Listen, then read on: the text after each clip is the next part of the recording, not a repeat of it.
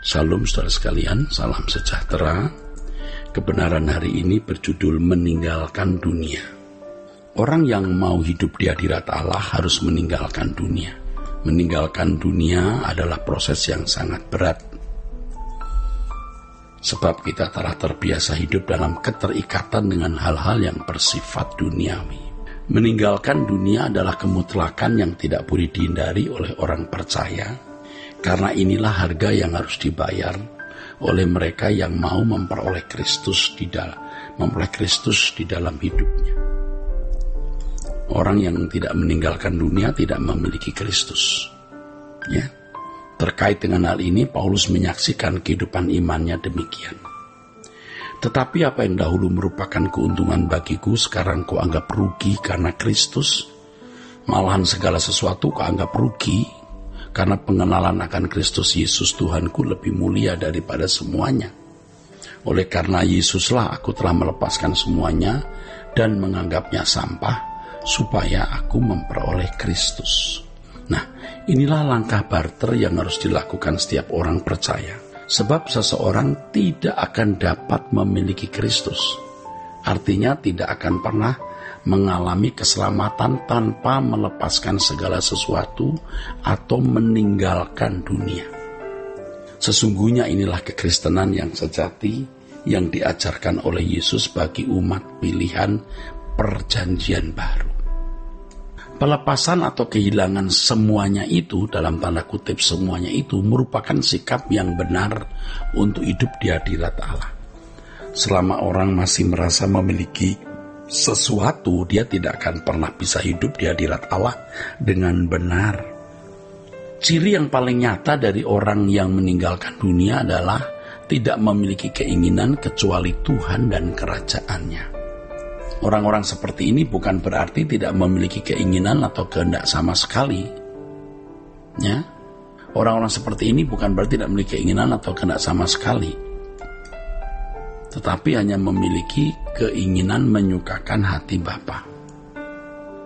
Manusia diciptakan dengan keinginan atau kehendak, dan Tuhan menghendaki agar manusia memainkan kehendaknya tersebut.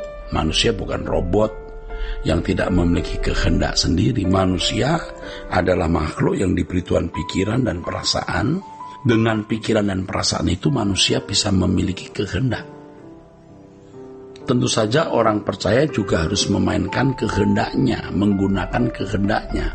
Tetapi keinginan yang ada dalam hatinya haruslah diarahkan kepada melakukan kehendak Bapa. Kerinduan melakukan kehendak Bapa.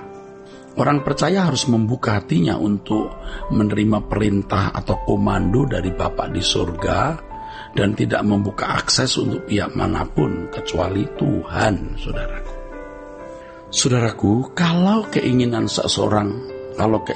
kita hanya Tuhan dan kerajaannya, maka hati kita lebih terbuka terhadap kebenaran.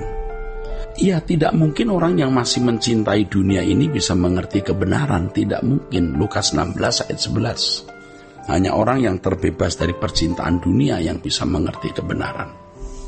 Ruangan yang kita sediakan bagi kebenaran Tuhan dalam jiwa kita harus luas-luasnya. Dan orang percaya tidak memberikan ruangan sekecil apapun untuk dunia, sebab ruangan hidup kita hanya untuk Tuhan. Sesungguhnya tujuan hidup orang percaya sebagai anak-anak Allah hanyalah Tuhan dan kerajaannya. Menjadikan Tuhan sebagai tujuan hidup berarti harus meninggalkan dunia ini. Untuk ini kebebasan masing-masing individu memegang peranan penting. Apakah seseorang memberi ruangan bagi dunia atau bagi Tuhan, ya sepenuhnya tergantung pada individu itu. Dalam hal ini Tuhan tidak memaksa seseorang membuka ruangan hidupnya bagi dia. Sebaliknya kuasa gelap juga tidak bisa memaksa seseorang membuka ruangan hidupnya untuk setan. Hal ini merupakan tatanan yang bisa menempatkan setiap individu pada pengadilan Tuhan nanti. Jadi bagaimana ia mengambil keputusan, bagaimana dia bertindak, bagaimana dia mengisi hidupnya, itu yang nanti harus dipertanggungjawabkan di kekekalan. Jadi kesediaan meninggalkan dunia adalah persiapan terbaik atau persiapan satu-satunya untuk menghadap pengadilan Tuhan nanti. Jadi kalau kita diberi kesempatan untuk meninggalkan dunia ini sekarang, ya kita jangan menunda. Jangan kita tunda. Kita harus berani meninggalkan dunia dengan segala kesenangannya, saudaraku. Sebenarnya banyak orang Kristen tidak memperdulikan hal-hal rohani. Ya, walaupun rajin ke gereja. Mereka ternyata lebih mempersoalkan perkara-perkara duniawi. Sebenarnya mereka adalah orang-orang yang bersikap tidak pantas terhadap Tuhan, memandang rendah Tuhan dan tidak menghormatinya. Walaupun mereka aktivis gereja bahkan rohaniwan, tetapi mereka tidak bersikap secara benar di hadapan Allah dalam hidup sehari-hari. Ya, sebenarnya percuma, saudara.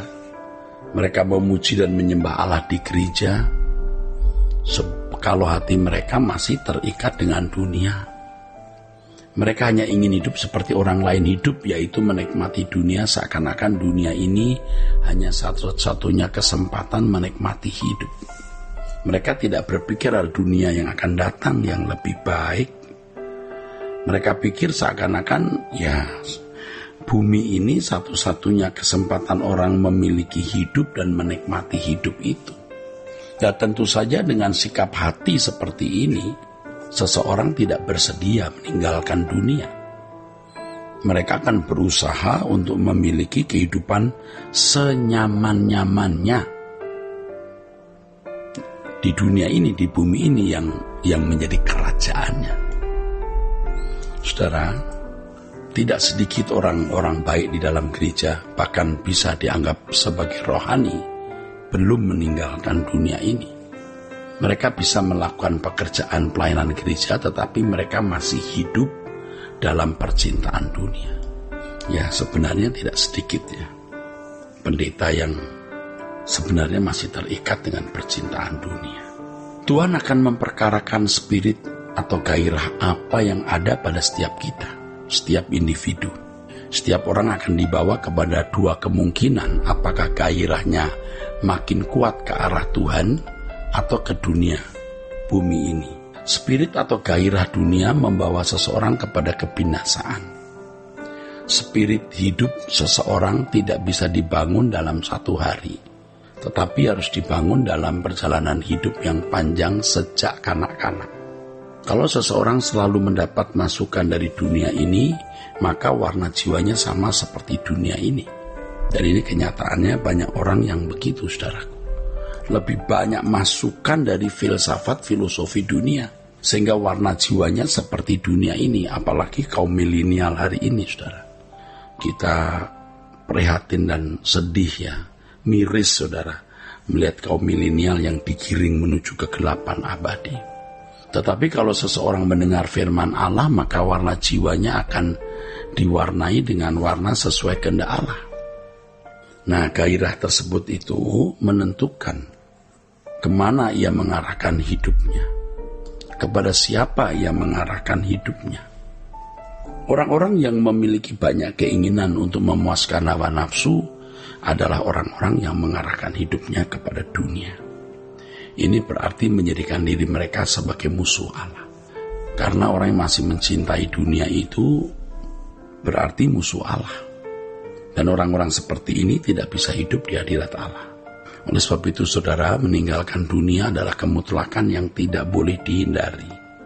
Ini harga yang harus dibayar oleh mereka yang mau memperoleh Kristus di dalam hidupnya.